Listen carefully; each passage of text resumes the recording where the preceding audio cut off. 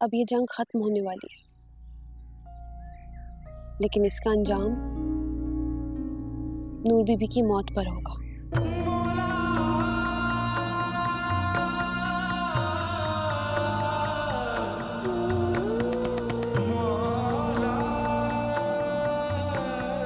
नूर बीबी के पास अब कोई रास्ता नहीं बचा सिवाय जिल्लत की मौत के। क्या मतलब है तुम्हारा? ये कैसे कह सकती हो तुम? रोशाना बीबी, नूर बीबी ने अपने दिल पर ताला लगा रखा है। अब नूर बीबी इस कदर अंधी, बहरी और गूंगी हो चुकी है कि ना तो उन्हें ठीक बात दिखाई देती है, ना ही ठीक बात सुनाई देती है, और ना ही अब वो कुछ समझ पाएंगी। वो किसी के भी कहने पर वो ताला खोलने पर तैयार नहीं हो सकती। अब ये ताला सिर्फ तोड़ा जा सकता है, और इंसान की जिल्लत की मौत ही ऐसा किया करती है। उनके दिल का ताला टूट जाएगा और उनकी रूह परवास कर जाएगी। देखो सीमा, मैं यहाँ पर कोई फलसफा सुनने के लिए नहीं आई हूँ। रोशानी बीबी, ये तो सीधी सीधी बात है, इसमें फलसफे वाली कोई बात नहीं है। इंसान अपने किरदार पर अना की स्याही मल लेता है, और उसका किरदार ही उसकी जात होता है। उसके अंदर इतनी स्याही, इतना अंधेरा हो जाता है कि वो कुरान पढ़कर भी उसे समझ नहीं पाता। रोशानी बीबी, अगर आपको कुरान पढ़ने और समझने की तौफीक हो तो मैं आपको कुछ रेफरेंस बता देती हूँ, आप खुद अपनी तसल्ली कर लीजिए। कुरान मजीद में तो अल्लाह ने खुद जिक्र किया है उन लोगों का जिन पर आयतें असर नहीं करती,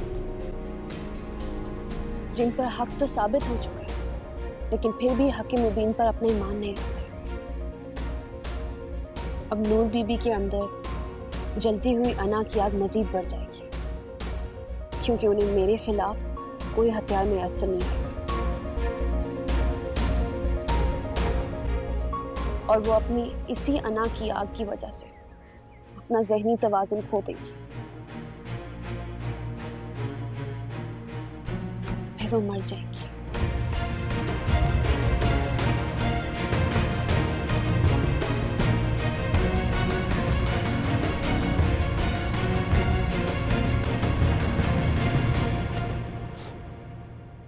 अम्मा,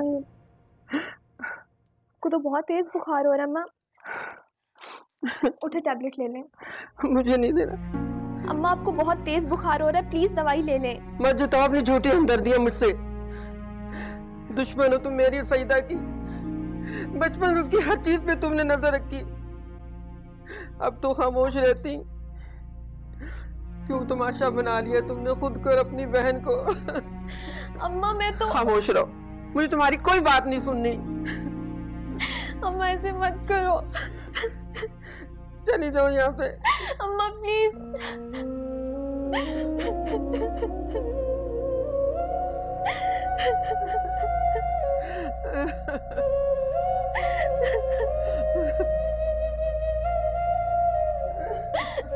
अम्मा, ऐसा मत कर।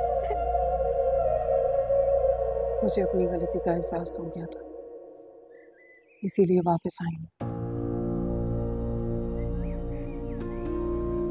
मुझे एहसास हो गया था कि मैंने जिस मर्द का इंतखाब किया था, गलतियों का सिलसिला वहीं से शुरू हुआ। मेरे अब्बा मेरी शादी अपने खानदान में कराना चाहते थे, लेकिन मैंने साफ इनकार कर दिया, अरमान की वजह से। अब्बा से उनका खानदान छूट कर रह गया, मेरी जिद की वजह से। और फिर वो हार्ट पेशेंट हो गया। उसके बाद राजा शौकत अली अब्बा की मौत की वजह बन गया।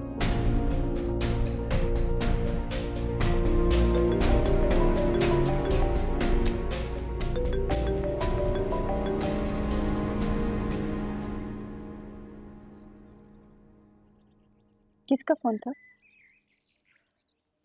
उसी का जिसे हमेशा के लिए ना बोल कर आई हूँ। मेरा ख्याल है तुम्हारे नसीब में यही मर्द है जिससे एक बार फिर से ना कह कर आई हो तुम।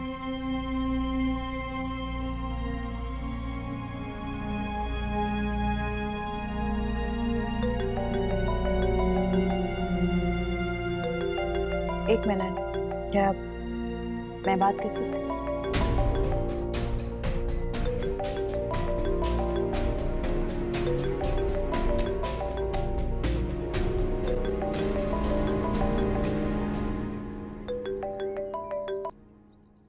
प्लीज मेरी बात सुने बगैर फोन मत काटना। मैं जानता हूँ मुझसे गलती हुई है, मैंने गुनाह किया है। मुझे अपने माँ बाप को छोड़कर तुम्हारे पास आ जाना चाहिए था। देखो प्लीज मान जाओ, ऐसा मत करो। तुम जो कहोगी वही होगा। तुम जो सजा दोगी मुझे कबूल है, मगर अपने आप को सजा मत दो। देखो तुम्हारी जिद की वजह से 3 जिंदगियां बर्बाद हो रही हैं। प्लीज मान जाओ। तुम अगर चाहोगे जेल भी चला जाऊंगा, मगर उस दरिंदे की पनाह में मत रहो। प्लीज मान जाओ सईदा। बैड लक मिस्टर अरमान। अगर सईदा ये सब बातें सुनती ना तो उसका दिल जरूर पिघल जाता। कौन बोल रहा है? मैं हानिया बात करी। हानिया? सईदा क्या तुम्हारे घर पर है?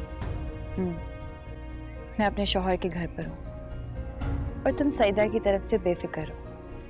और हाँ, तुम्हें शौकत अली को मारने की जरूरत नहीं है, वो किसी और के हाथों कत्ल होने वाला है।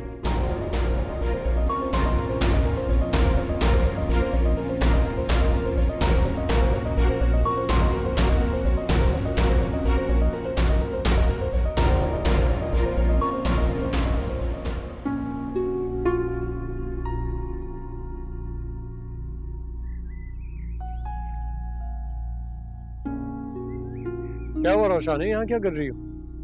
तबीयत ठीक है ना तुम्हारी? जी, आहिस्ता आहिस्ता खुद को ठीक महसूस करने लगी। अच्छा, सीमा से क्या बात हुई तुम्हारी? तुमने बताया ही नहीं। मुझे खुद कुछ समझ में नहीं आया शाहान, मैं आपको कैसे बताऊं? जो बात हुई है वो बताओ। परेशानी किस बात की? सीमा के मुताबिक नूर बीबी का मर्ज लाइलाज है। उसके मुताबिक नूर बीबी के दिल में आग लगी हुई है, अना की आग। और सच तो यह है कि अना की आग का दूसरा नाम शैतान है। देखो ये बहुत अनरियल बातें हैं, मेरा नहीं ख्याल कि तुम्हें इन बातों में पढ़ना चाहिए। पहले मुझे भी इन बातों पर यकीन नहीं था शाहान, लेकिन ये सच है। सीमा ने मुझे कुरान शरीफ की आयत के कुछ रेफरेंसेस बताए हैं, जिन्हें पढ़ने के बाद मुझे महसूस हुआ है कि सीमा जो कुछ कह रही है वो ठीक कह रही है। वो आयत पढ़ने के बाद मैं सोचने पर मजबूर हो गई हूँ कि शैतान इंसान का खुला दुश्मन है। लेकिन वो कहाँ है, अपनी दुश्मनी कैसे निभाता है? इन सब सवालों के जवाब मिलना शुरू हो गए हैं। मेरा ख्याल है तुम्हारी तबीयत ठीक नहीं है, तुम्हें आराम करना चाहिए। नूर बीबी पागलपन का शिकार होने वाली है शाहान। सीमा ने मुझसे यही कहा है। जानते हैं आप, नूर बीबी लंच और डिनर पर बाहर क्यों नहीं आई? पिछले 15 घंटे से वो अपने कमरे में बंद क्यों है? शायद वो कोई चिल्ला काट रही है।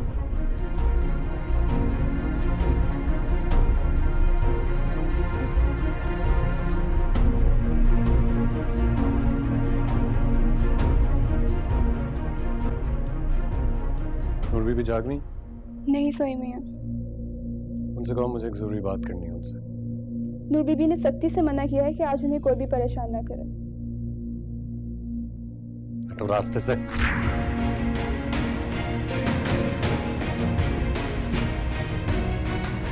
शाह साहब आराम कीजिए, बाद में मिल लीजिए।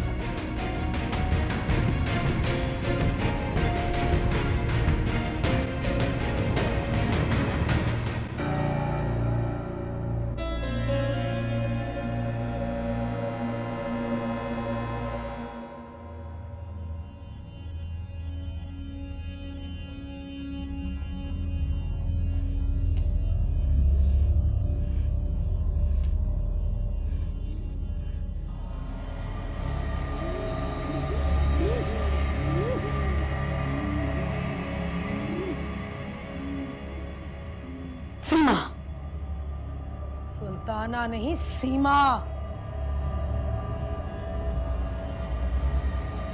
मैं तुम्हारे कहने पे शौकत को जबान दे चुकी हूं।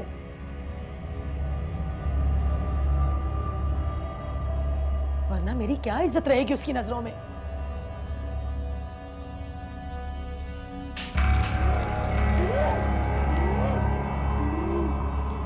किसी तरह भी शौकत के पुतले में अपनी जगह बना और फिर मैं जो जो कहूं वो कर। वहां जा।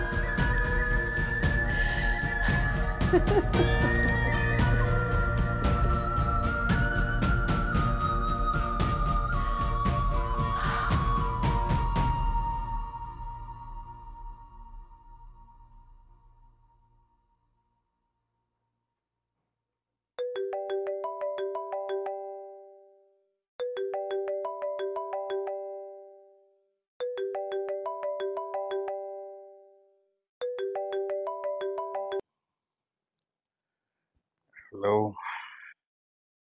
समीर आपको मारने की प्लानिंग कर रहा है राजा साहब। है?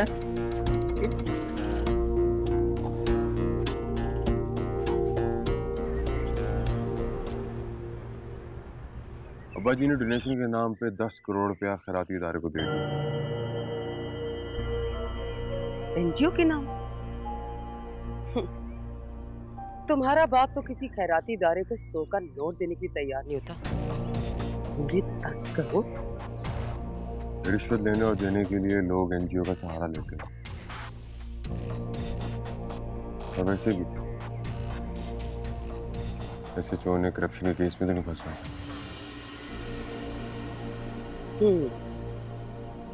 तो ये बात है।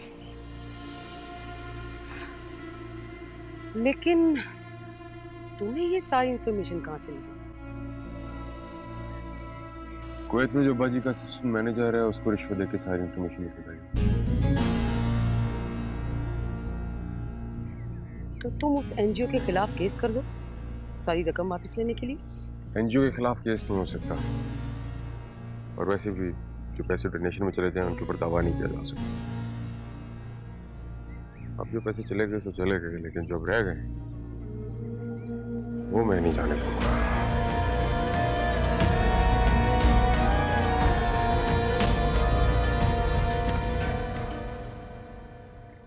मुझे लगता है राजे तेरा दिमाग खराब हो गया।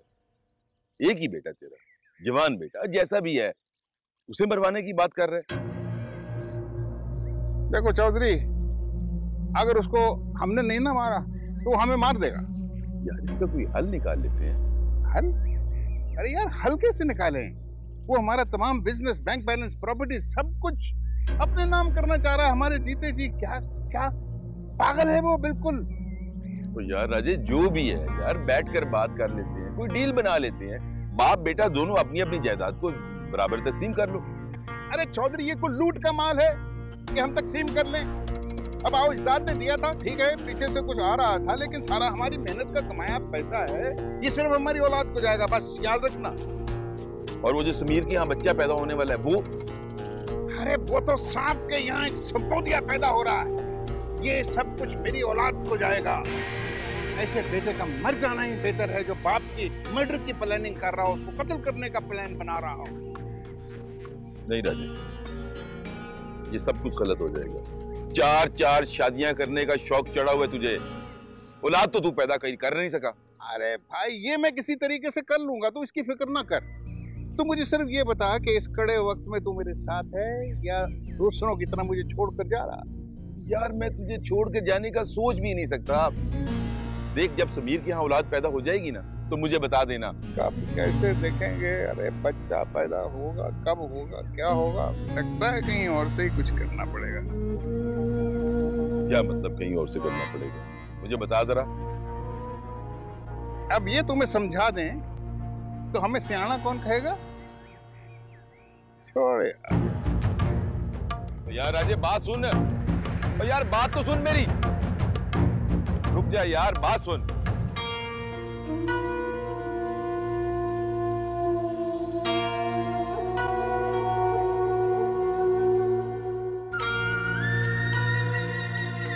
वो भी मुझे आपसे अकेले में कुछ बात करनी है।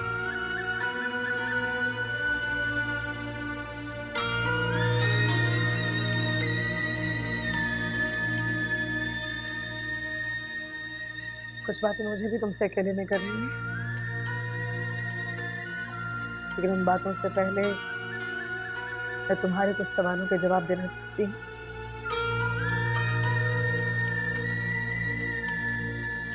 कल रात में एक तवील मुराकबे में थी। शाह साहब से मुलाकात हुई मेरी, बहुत सी बातें हुई उनसे। तुम लंदन जाना चाहते थे ना? शाह साहब ने इजाजत दे दी है और एक हुक्म मुझे भी मिला है, और वो हुक्म ये है कि मैं शादी करूं।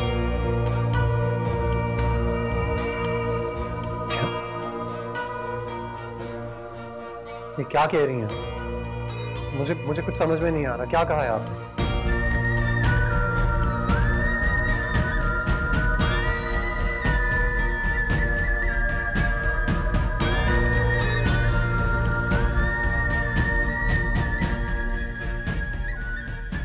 साहब चाहते हैं कि मैं दूसरी शादी कर लूं, क्योंकि कुछ लोगों को लगता है कि मैं पागल हो जाऊंगी। जब मैंने अपना मुराकबा किया तो मुझे भी यही लगा कि वक्त और हालात मुझे पागलपन की दहलीज पर ला चुके हैं।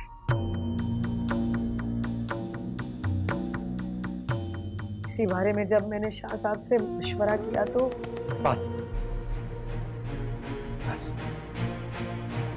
इस बारे में आपने सोचना भी नहीं। शाहान की हकीकत है और शरीयत भी। आप नूर बेबी हैं, नूर बेबी। खुदा का वास्ता इस वक्त सालिया बेगम बनकर सोचना छोड़ दीजिए। और आप जानती हैं कि आपको ये नूर बेबी का खिताब क्यों दिया गया था? ये मेरे बाबा जान से शादी करने के बाद मिला था। अरे अब वो इस दुनिया में नहीं, लेकिन आप अब भी उनकी इज्जत हैं। तुम्हारे इन्हीं बाबा जान ने ये हुक्म जारी किया है शाह, क्योंकि वो जानते हैं कि इस गद्दी को संभालने के लिए मुझे अपने होशो हवास का संभालना जरूरी है। वो ये भी जानते हैं शाहान कि इस गद्दी को तुम अभी नहीं संभाल सकते हो। अगर मैं इसी तरह महरूमी का शिकार रही तो ना मैं रहूंगी, ना ये हवेली और ना ही ये निसा। बस कर दीजिए, तमाशा बन जाएगा हम सबका। सिर्फ तुम लोगे, हम नहीं, क्योंकि तुम्हें ऐसा लगता है, मुझे नहीं। जिस बात की इजाजत शरीयत देती है उस बात पर मैं दुनिया वालों की परवाह नहीं करती शाहान। और मीडिया वालों के बारे में सोचा है आपने? जब उन्हें पता चलेगा तो वो क्या करेंगे? मीडिया की अगर इतनी फिक्र है तुम्हें तो ये सब कुछ खुफिया तौर पर हो जाएगा। देखो शाह साहब की जिंदगी में उनके हुक्म के आगे मैंने हमेशा अपना सर झुकाया है, और उनके बाद भी उनका हुक्म मेरे लिए मेरी इज्जत, मेरी जान, माल सब पर मुकद्दम है। तुम इस बात पर क्यों बहस कर रहे हो मेरे साथ? मुझे ये सब अच्छा नहीं लग रहा है। तुम्हारे साथ अपनी शादी पर बहस कर रही हूँ। शर्म आ रही है मुझे सब कहते हुए।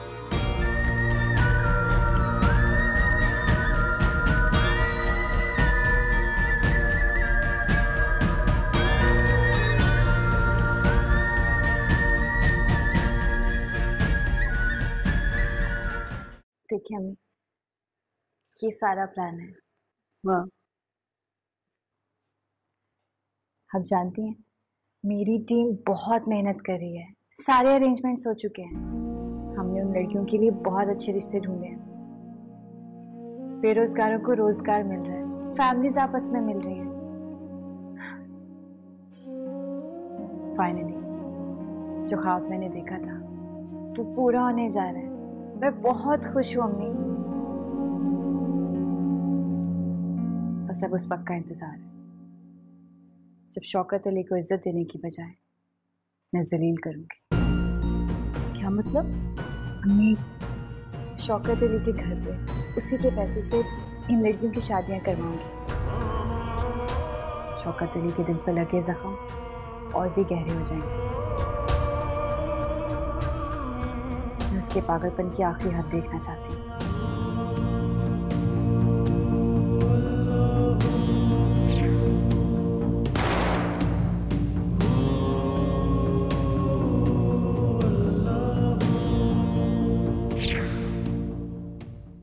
ऐसा मत होने दो। क्यों? हानिया, मुझे अच्छा इशारा नहीं मिला। क्या मतलब है इस बात का? किस इशारे की बात कर रही? हानिया, बस पता नहीं मुझे ऐसा क्यों लग रहा है कि अगर शौकत अली इस इवेंट में आएगा तो कुछ गड़बड़ हो जाएगी। सीमा, मैंने ये इवेंट शौकत अली के लिए अरेंज किया। मैं उसे और उसके बेटे को उनकी मौत से पहले बहुत सारी अजियतें देना चाहती हूँ। मैंने जो सोच लिया वो मुझे करने दें और मैं चाहती हूँ कि आप लोग मेरा इसमें साथ दें।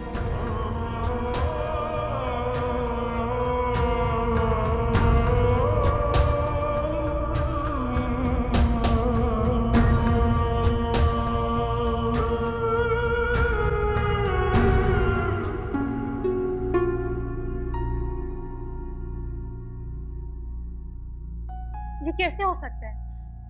ये नहीं होना चाहिए। प्लीज रोकिए नूर बीबी को, वरना हम किसी को मुंह दिखाने के काबिल नहीं रहेंगे। मुझे तो खुद समझ में नहीं आ रहा है आखिर नूर बीबी ऐसी बातें क्यों कर रही। सच बोलूं तो मुझे यह भी समझ में नहीं आ रहा कि इन हालात में मुझे क्या करना चाहिए। शहान, ऐसे हिम्मत हारकर बैठने से कुछ हासिल नहीं होगा। आपको सीमा से मदद लेनी चाहिए। क्या? तुम्हारा दिमाग तो नहीं खराब हो गया है? मैं अपने घर की बात किसी बाहर वाले को क्यों बताऊंगा? और सीमा, वो तो दुश्मन है हमारी, उसे क्यों बताऊंगा? वो आपके दुश्मन नहीं है। वो मेरी दुश्मन है। वो ही हमारी दुश्मन है। मैं अच्छी तरह जानता हूं ये सारा जादू वो जादूगर नहीं कर रही। उसने चिल्ले काटे हैं नूर बीबी के लिए, इसीलिए तो नूर बीबी ऐसी पागलों वाली बातें कर रही है। और मैंने जितनी बीमारी काटी उसकी कोई वजह थी? उसकी कोई वजह नहीं थी। ये सब कुछ सीमा कर रही है। सीमा! शहान, ये जज्बाती होने का नहीं, बहुत सोच समझ कर कदम उठाने का वक्त है। कुछ जज्बाती नहीं हो रहा हूं मैं। मुझे सब समझ में आ रहा है। सब समझ में आ रहा है। उसने अपनी जिल्लत का बदला लेने के लिए नूर बीबी पर जादू किया, तभी वो ऐसी पागलपनों वाली बातें कर रही है। और उसने मुझ पर भी ये जादू किया, वरना इतनी बीमारी काटी है मैं इतनी बीमारी कैसे? ये उसी ने किया है। ये सब सीमा का किया धरा है, मैं तुम्हें बता रहा हूँ। शहान, आपको गलत लग रहा है, ऐसा कुछ नहीं है। मुझे बिल्कुल सही लग रहा है। और इसका जीता जागता सबूत तो तुम हो रोशान, तुम तो उसकी दुश्मन थी। आज से पहले उसे अपनी सौतन समझती थी, मुझसे कहती थी कि मैं उसे छोड़ दूं। आज तुम ही उसकी हिमायत कर रही हो। ये जादू नहीं तो और क्या है? अच्छा ठीक है, अगर इतना ही यकीन है ना आपको इस बात पर कि ये सब कुछ सीमा करवा रही है, तो तलाक दे दे उसे। मैंने उसकी तलाक का मुतालबा छोड़ा नहीं अभी तक। हाँ शहान, पूछे सीमा से, अगर वो आजादी चाहती है ना तो आजाद कर दे उसे, और इस आजादी के बदले वो दूध बेबी की जान बख्श दे, तो तलाक दे दे उसे प्लीज। ये भी जादू के असर में बोल रही हो तुम।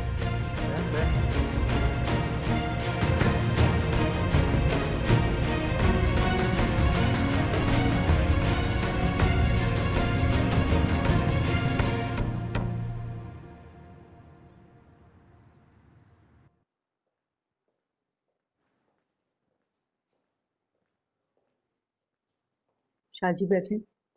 नहीं, बैठने की जरूरत नहीं है। सीमा को बुलाइए, बात करनी है उससे। आप चाय तो पियेंगे ना? नहीं, बस सीमा को बुला दे। जी, वो नमाज पढ़ के मैं बुला कर लाती हूँ।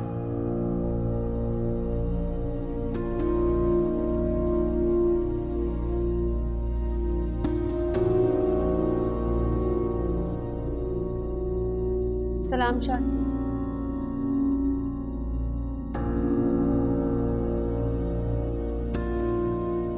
जब कोई किसी के सलाम का जवाब नहीं देता ना शाह जी, तो उसके दिल पर एक धब्बा लग जाता है,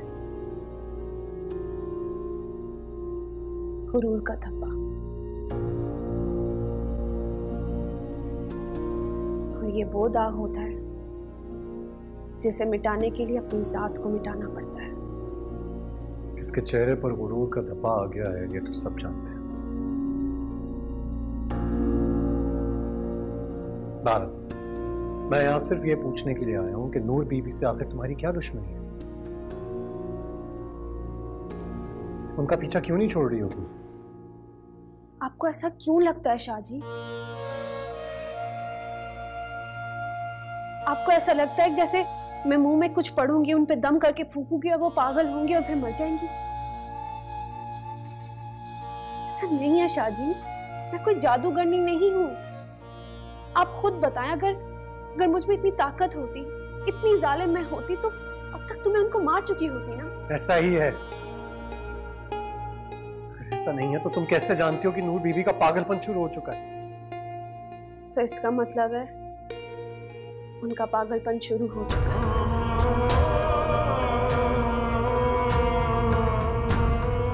मैंने जो सवाल किया है उसका सीधा सीधा जवाब चाहिए मुझे।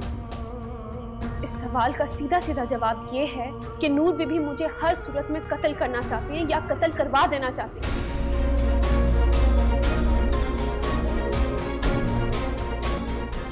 लेकिन मैं एक हिफाजत के मजबूत हिसार में हूं अभी, और ये बात वो बर्दाश्त नहीं कर पाएंगी।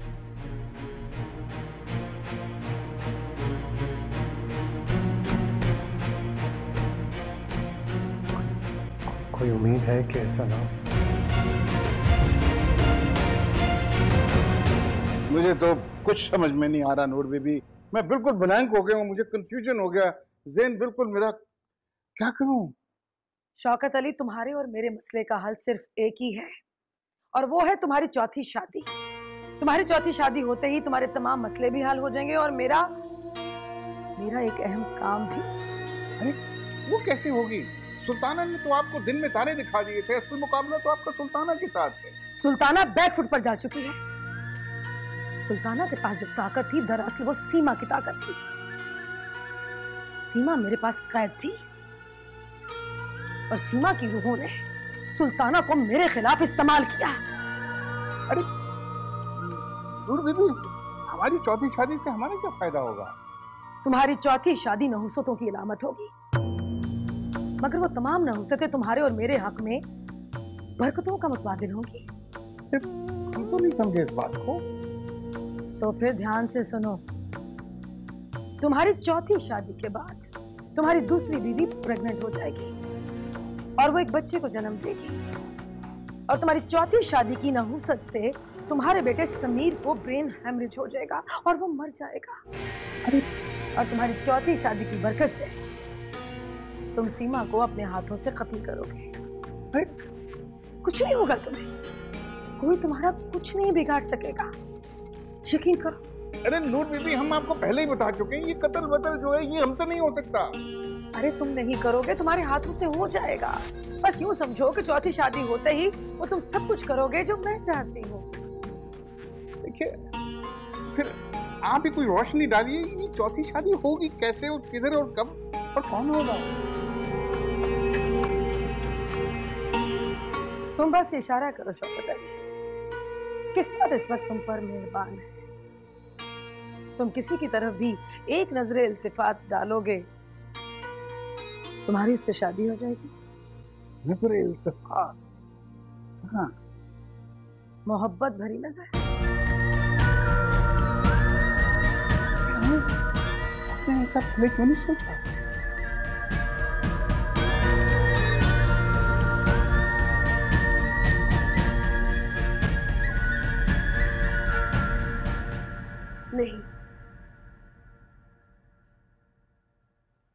क्योंकि अल्लाह जालिमों को हिदायत नहीं देता।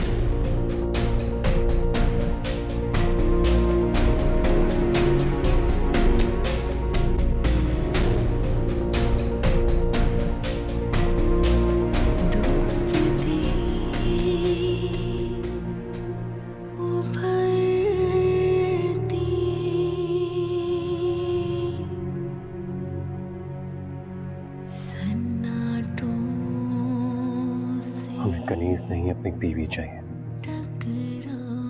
और हम चाहते हैं कि वो उस दिल में हो जहां हम रहते हैं।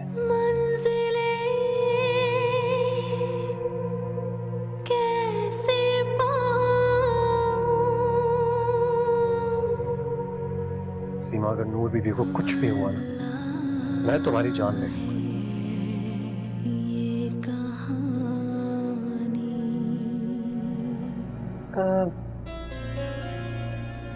ऐसे क्या देख रहे हो शौकत अली? नूर बीबी, आप हमसे शादी क्यों नहीं कर लेती? देखिए, अगर हम पर जिंदगी इतनी मेहरबान है तो हमारी नजर इल्तिफात जो है वो एक मुद्दत से आप पर मेहरबान होने के लिए मचल रही थी। और अगर हम दोनों की शादी में इतने मसले मसाइल हमारे जो हैं वो हल हो सकते हैं तो फिर तो हमको इक्वल ग्राउंड पे खेलना चाहिए ना।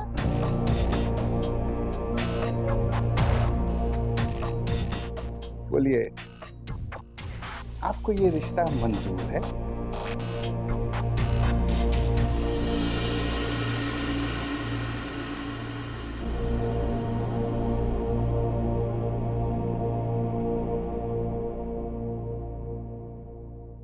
मंजूर है। अरे वाह! हमने इस तरह कभी, अरे इतनी मुद्दत से हम आपको जान रहे हैं, मिल रहे हैं, हमने कोई सोचा ही नहीं। अरे वाह वाह वाह वाह वाह वाह, वेरी गुड, वेरी गुड।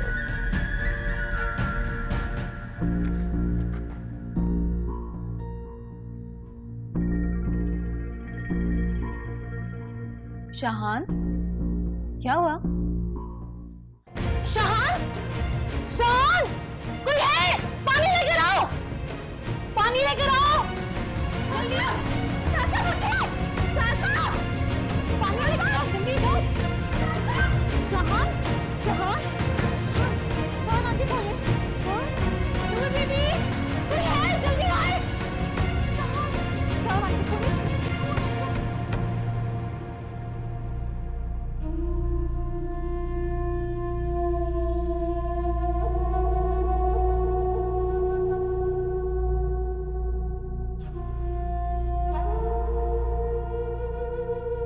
मुझे डर है कि इसकी तबीयत फिर से खराब ना हो जाए। मेरे ख्याल में शाहान को लंदन वापस चले जाना चाहिए।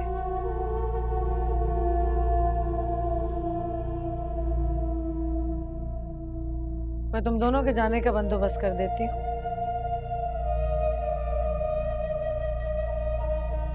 तुम तैयारी कर लो, तुम भी साथ जा रही हो उसके।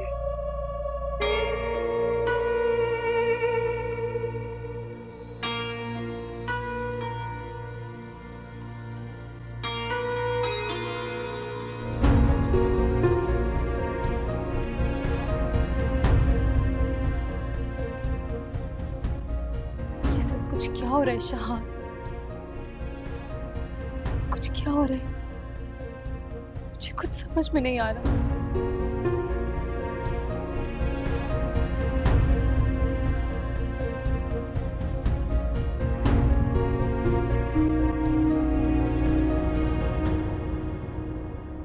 माशाल्लाह, बहुत प्यारी लग रही है। किसी की खुशी में शामिल होने के लिए अपने चेहरे पे भी खुशी सजानी पड़ती है, वरना किसी को क्या पता हम अंदर से खुश हैं भी या नहीं। तुम अंदर से खुश हो ना? हाँ माँ, लेकिन एक अजीब धड़का सा लगा हुआ है जब से मुझे हानिया ने ये बताया कि राजा शौकत अली इस तकरीब में चीफ गेस्ट बन के आ रहा है।